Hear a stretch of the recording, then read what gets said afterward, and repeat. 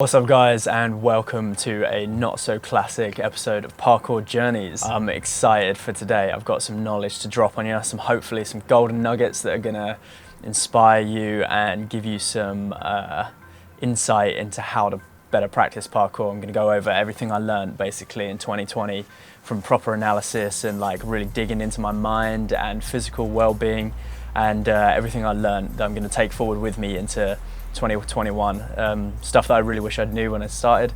Yeah, it's going to be a good one. Hopefully this should really give you some good insights.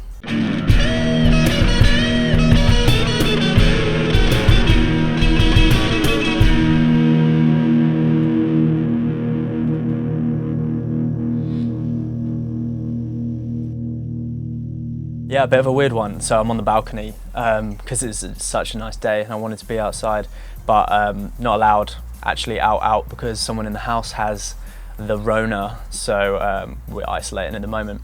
So I've decided to do a bit of a different video. I wanted to get something out for you guys, and I think this is something I really wanted to do. My girlfriend Emily thought it'd be a really good idea, so thanks to her for the inspiration. But what we're going to do is crack over a load of different things I learned in 2020. Some things that I had like an idea about already that came to a bit more fruition in 2020, and stuff that I learned that was brand new.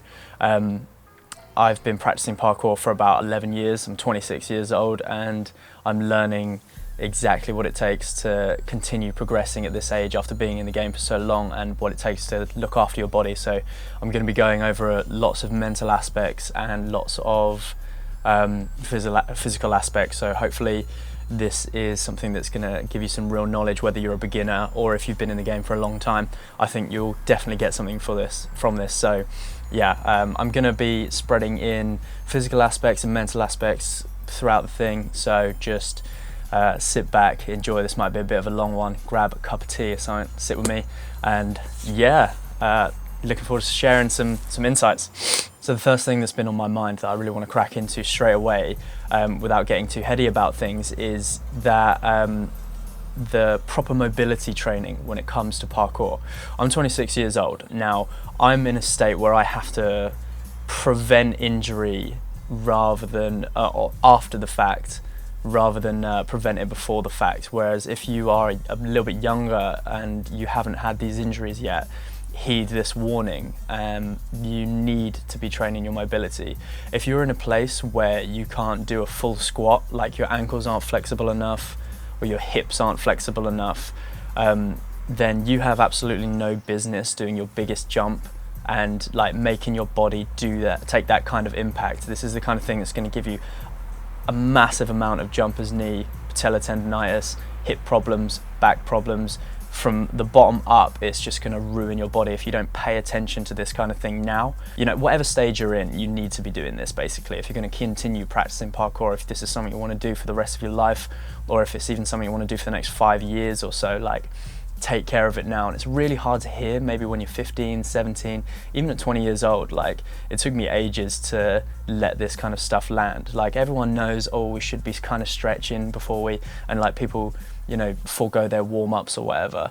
You can do that, but your body, oh man, is not going to thank you. And there's like, it's just such a silly mentality because we think of it as such a small part of parkour, but it's such a massive facet of it that people just completely ignore, and I have no idea why. It's probably just because of our general society's way of looking at sport and activity. Like, we think, oh yeah, we're doing parkour, so we must be fit and healthy, but our bodies are in a place where actually that's not the case. Like, you're smashing your body up without knowing it because you don't understand about full mobility. I didn't at all until properly this year. And there's a huge difference between like flexibility and mobility. Like, they go hand in hand, but you can be flexible without being mobile. You can be stretchy, you can like stretch in certain directions but not have the strength behind it to control it. And you need to be paying a lot of attention to what movement patterns you can move through. Apart from the fact that this is going to massively reduce your injury rate, including things like ankle thing, jumper's knee, all of those things. You can completely prevent those if you know about proper mobility. Yeah, apart from all that, like if you have proper mobility, you're going to be able to move in such a free way. Like if you look at my movement from the start of the year compared to the end of the year, the difference is like insane. And that's all down to proper mobility training, being able to open my hips up, having more ankle flexion, just having more control from top to bottom. And yeah, this is just something that I recommend you focus on massively. I'm hoping to come out with a nice, like just all covered course in like the next month or so maybe, that just for parkour athletes top to bottom just covers this kind of thing, because I see so many athletes just like, and I know how passionate people are about parkour. Like the second you get into it, it's such a, you know, it grips you. It's parkour. I mean, we all know how much we love it, right? But I see it be stripped away from people because they don't have the proper understanding about their mobility in their joints and their just overall ability to move. The thing is, it's really easy to get sucked into, oh, I've got a really big jump so I can move really well, and that's not actually the case at all. Like you need to be able to move in different directions. Like it's really hard to explain. Just take some time to look into mobility, please. Like I really implore you to do this, because it's absolutely changed the game for me, and it's got me to the point where I'm like, actually, you know, I'm 11 years into this thing and I'm better than I've ever been, like by far. And I'm in that place because of the mobility training that I've been doing.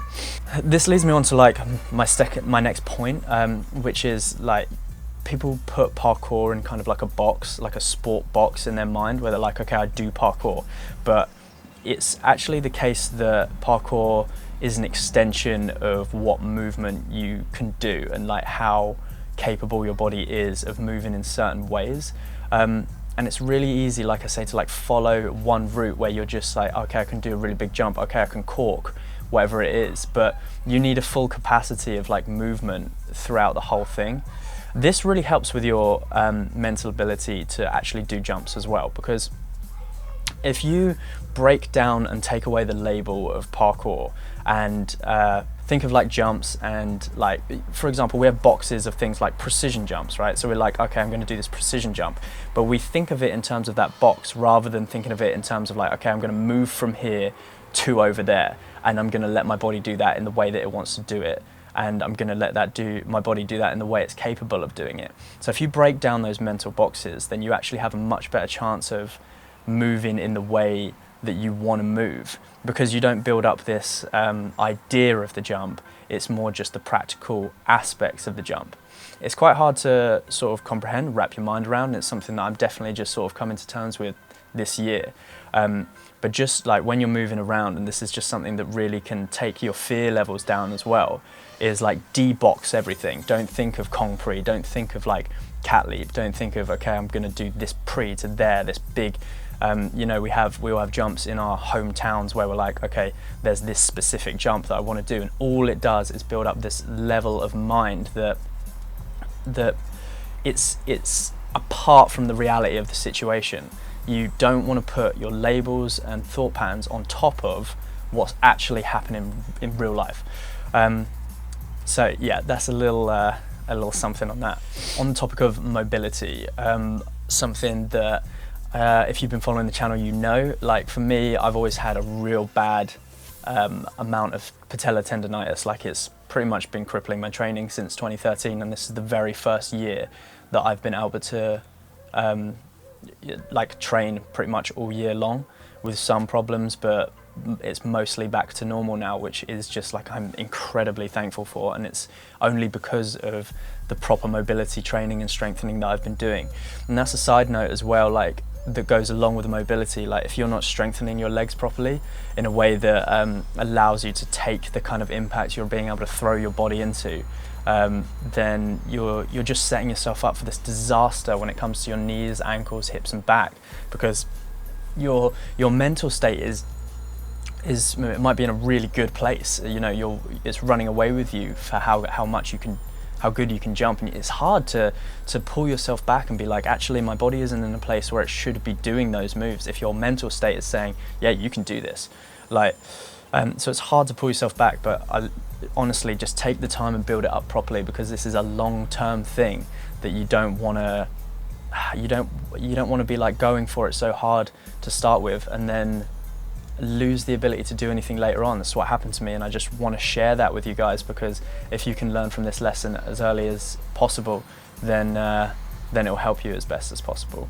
And that leads on as well. I mean, you know, if you are in a disconnect between what your body should be doing and what you're actually doing, it's clear that you are in a mind space where you're trying to do the biggest jump to prove something. You know, you're in that space where it's a bit dodgy with parkour, where you can be like doing it to impress people, or you might be doing it for yourself, but you're not actually doing yourself any justice in terms of your actual whole being. So it's super important to just take that step back, take your ego out of the game, and find out what your body's really capable of. Like, pay attention to when you're getting those little niggles and why, and how much range of motion you actually have in terms of your full squat and like side to side movement.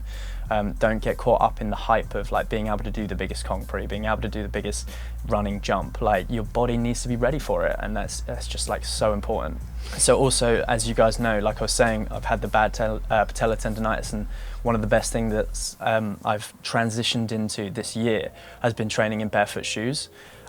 So if you look at like your standard trainer, I mean, we use it as padding because we think that's actually protecting our joints and stuff, but it's doing nothing but teaching our body to move in the wrong way that's not biomechanically correct for how it is. You think about the shape of your shoe, there's like, it's got this huge raised platform, and all that does is push pressure straight into your knee. Like, if your platform is like this, in like a diagonal way up, that pushes pressure straight to your patella tendon, and of course everyone's going to get this bloody jumper's knee from it.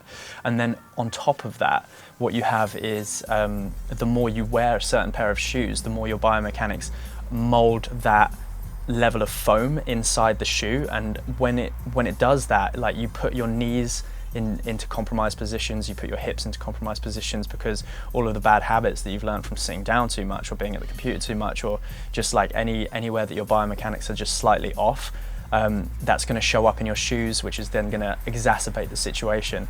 So I took a step back. I decided, as the winter came over, I already had barefoot shoes that I'd been training on throughout the summer to warm up in, and then I'd put my bigger shoes on. But I've realized now that that's absolutely like just the silliest way of doing it. I finally transitioned to barefoot shoes only. And this isn't sponsored or anything, but you guys know that we work with Freet sometimes, and they've been a really good barefoot shoe for me to use.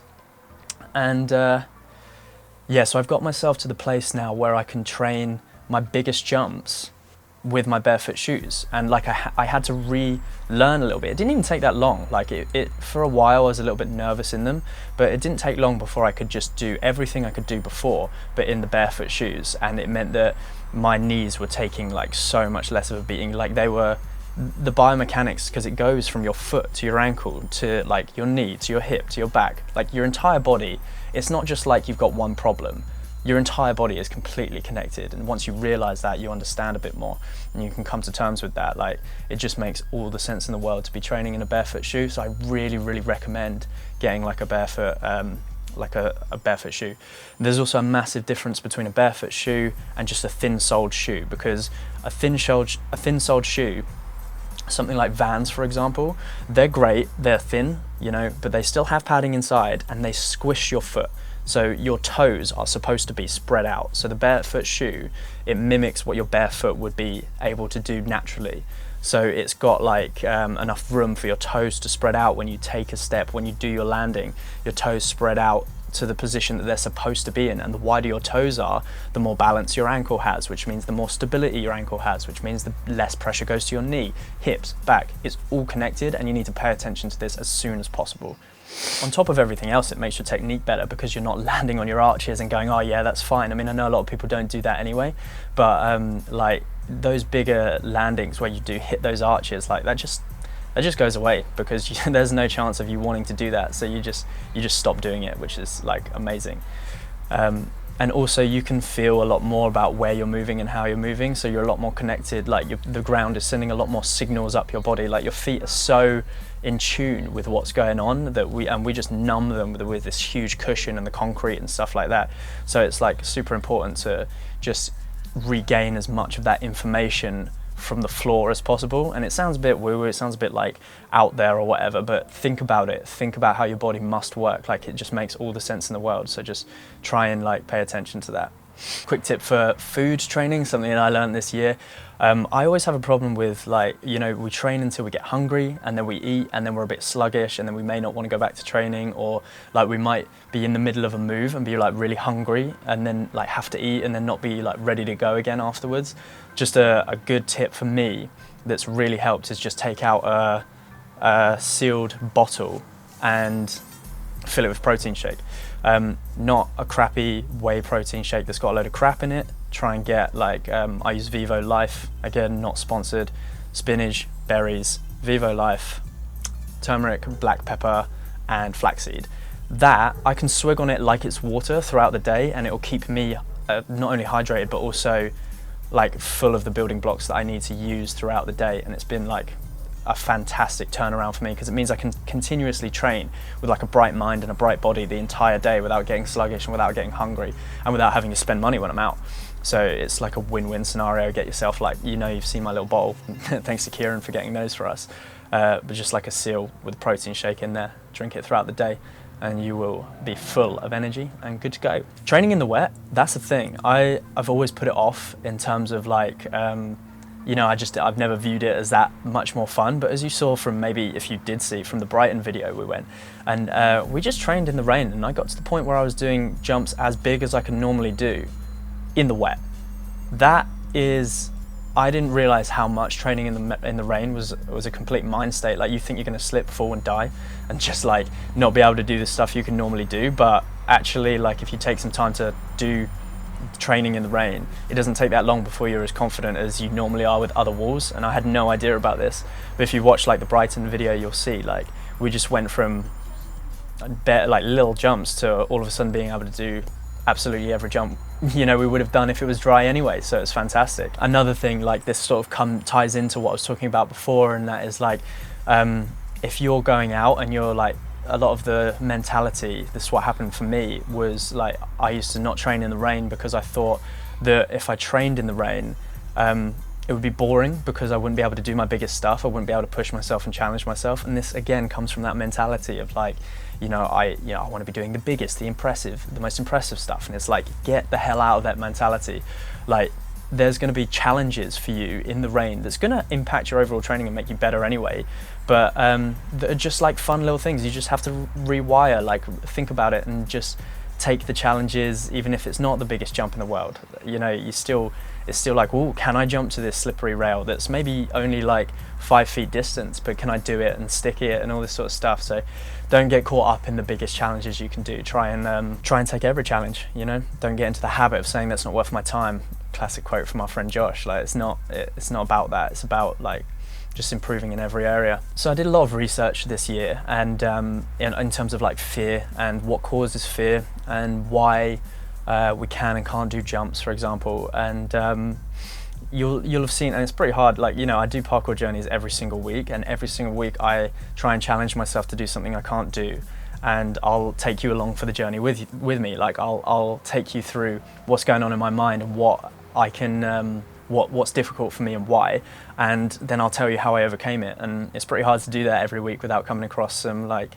good tips for you guys. So I'll put it down in a nutshell. I don't want to go massively deep into it, but I want to explain as much as I can. So, it's getting cold. So when you're training, what happens is you come up against a jump. Now, the first thing you need to do is, like I said, de-box the jump. Don't think of it in terms of the pre that you want to do.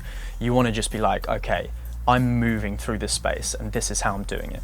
And then what happens is, like, when your fear can build up based on thought patterns. So you'll be looking at a jump, and all of a sudden you'll start having a bunch of thoughts about it, and those thoughts can seem completely realistic in the moment, and they can feel like they are everything true about what's going to hurt you in this jump.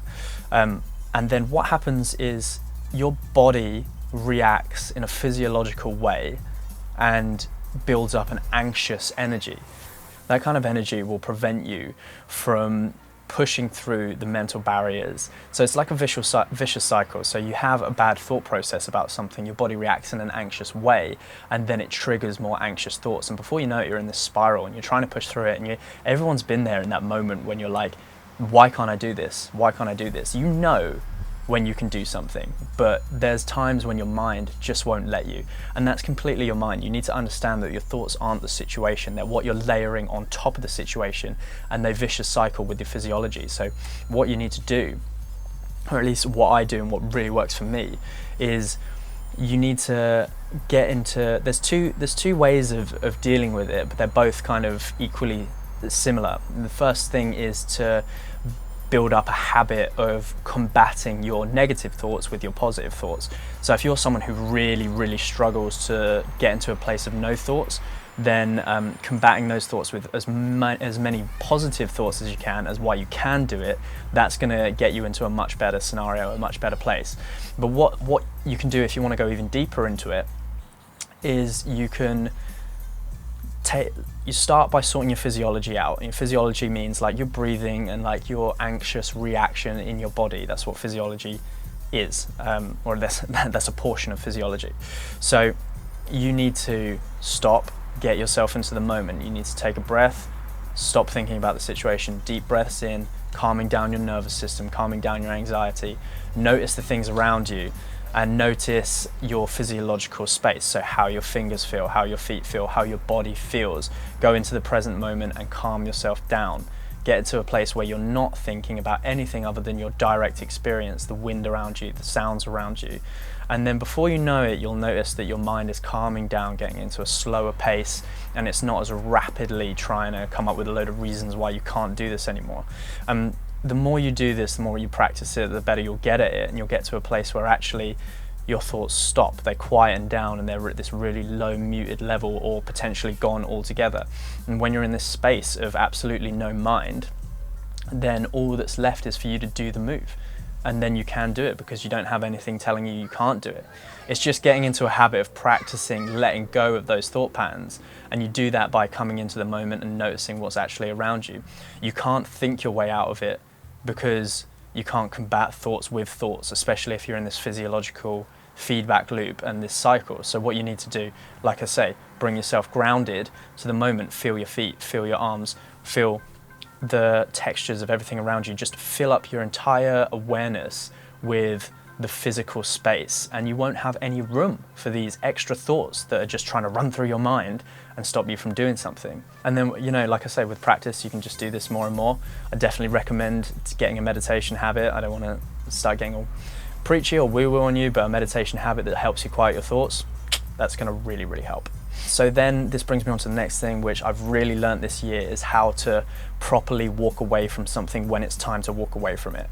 Now, if I know that I have been able to effectively calm myself down and get myself to a place where actually I could do the move if it was right for me, then it gets me into a space where I know that I can walk away from the move and know that it's not because of a load of bullshit thoughts, it's because I'm not ready for the move. Maybe I can't do it, and that's fine. There's going to be things I can't do yet. You need practice, and that's always the muddy water. That's always the hard part, is the line between what you can do and what you think you can do, and what you think you can't do but really can do. And there's a really muddy line there. So the closer you can get to knowing what you really can do and what you really can't do, the better. And you do that through knowing yourself and knowing when it's bullshit thoughts and when it's actually like reality and something that you physically can't do. And you do that by getting less and less of this anxious reaction and no mind. Another quick tip that was a big thing for me this year is no caffeine, man. Like, people always drinking Red Bulls and coffee, and like, I've been there, like, coffee's great, but coffee puts you into the anxious state that stops you doing the moves you want to do. It's just a completely counterproductive thing, and if you can get yourself off of caffeine long term, then your energy levels will spike massively. You'll have a much more even level of energy, rather than like needing this outside stimulus to get you hyped. And like, all it does is push you into that anxious state that I just spoke about, and stops you, and then kickstarts your mind, and then stops you from doing the things that you want to do. So take it from someone who has struggled with a lot of fear when it comes to this sort of stuff, and I've found a really, really effective, proper way of dealing with it. You know, I'm obviously not one of the best in the world or anything like that, but like, take it from someone who, you know, I've had to get over quite a big hump with that sort of stuff. Like, naturally feels like I have quite a lot of fear around it, and I've managed to find a really good system that is not just like a quick fix. It's like a long term, okay, I'm gonna deal with my mind properly. And yeah, it's like, stop with the coffee because it's just not going to help. Jumping back into a bit more of the physicality of things, I've been experimenting massively with how proper ways to warm up throughout, like before you start training. And yes, you do need to fucking warm up, but you don't need to go through a full stretching routine. So at the start of the year, I was like going through a full static stretching routine. Don't get me wrong. So what I understood to be the case at the start of the year was that you should warm up. There's a difference between warming up and stretching, and there's also a difference between dynamic stretching and static stretching. So a static stretch is a stretch that you hold. A dynamic stretch is a stretch where you're moving, but that isn't part of the warm up. The warm up is moving yourself in a way that gets your blood flowing properly so that your muscles are ready to do the stretching. Now, I've found that actually you don't want to do any stretching, dynamic or otherwise, before a parkour session. Always after, you want to do some mobility, static, dynamic stretching to just loosen your entire body off, all of your muscles and things like that. But in terms of before, you want to warm your body up as best as possible. So we're talking about like half squats down, and like until you can go down into a full squat without hurting yourself, and like paying attention to your joints. Essentially just getting your blood flowing as best as possible, but without doing it in this like drastic, fast-paced way. Like, you don't want to just go for a full sprint to try and warm yourself up. You want to like gradually move into it, into a place where your body's loose. After you've done that, you want to start moving through some movement patterns. So like full squats down, you've seen in the other videos that I do. Like, what I do now is, you know, I'll crawl along the floor, I'll move myself laterally up, down, side to side in full squat positions, legs out, as much as I can think of, just as many postures and things you can do before you even touch a wall, because this is gonna get your body into a place where the muscles are ready to be used. They're warm, but they've also been moved through different ranges of motion, ready to go before you do this. Like, imagine you do a 180, for example. Now think about how your legs just stretch out immediately. Say you haven't moved through that slowly first, and then you're just going into this straight dynamic power. You're very likely to like injure your muscle and like your body not be ready for it. And this all ties into the classic amount of longevity and stuff like that. So just take it from me, please spend some time learning about like paying attention to your body and like being able to warm it up properly. And this goes for everyone of all ages. It doesn't matter if you're 15 or if you're 25, like, now is the time to learn about doing this stuff. Like, learn now.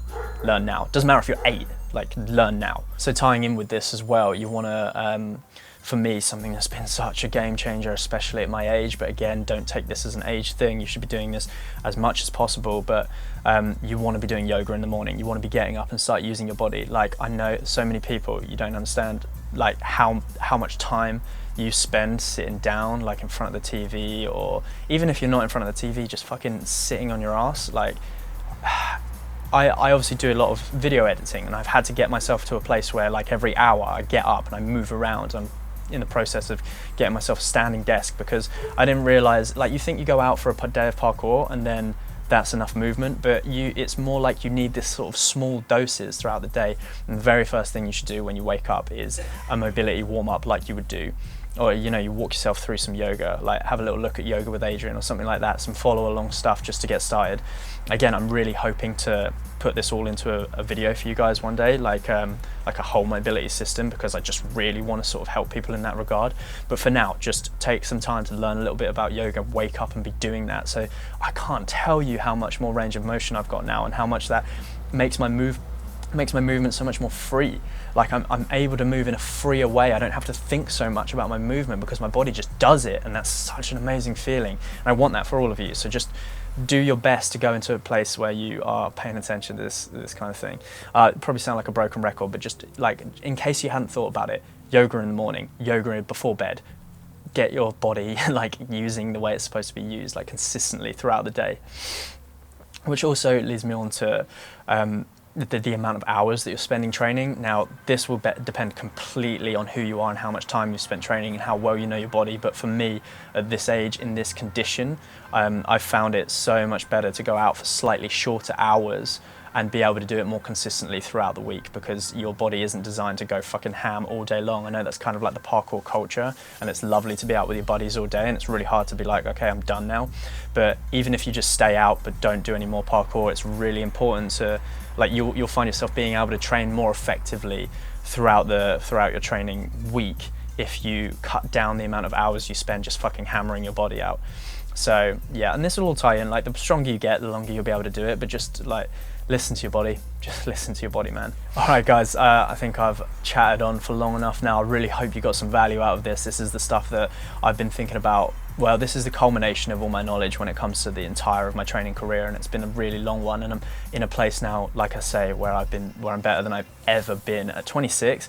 Like, I know that's not super old for a parkour athlete, but people fucking tend to drop off way before this age. So just take the knowledge that I've learned and please implement it, like, use it. Like, I really, really implore you to do this, because if you get to a place where you're crippled or your body can't move, like, take it from someone who's had to stop moving for a long period of time, the effects that can have on your life is just drastic. You are your body. How your body feels is how you feel, and that you can't separate the two. You can't. So just take these things on board. I hope the mental knowledge, the fear-based knowledge helps you out a little bit. If you have any questions, please leave the comments down below. If any of this helps you out, please leave a comment down below. If you disagree with anything, please leave a comment down below. You know, I just want to hear from you guys. I hope you enjoyed this style of video. It's obviously all I can do right now because of the Rona, but yeah, my thoughts are with all of you, and I hope you are all well, and I'll see you next week for something. All right. Big love, guys. Take care.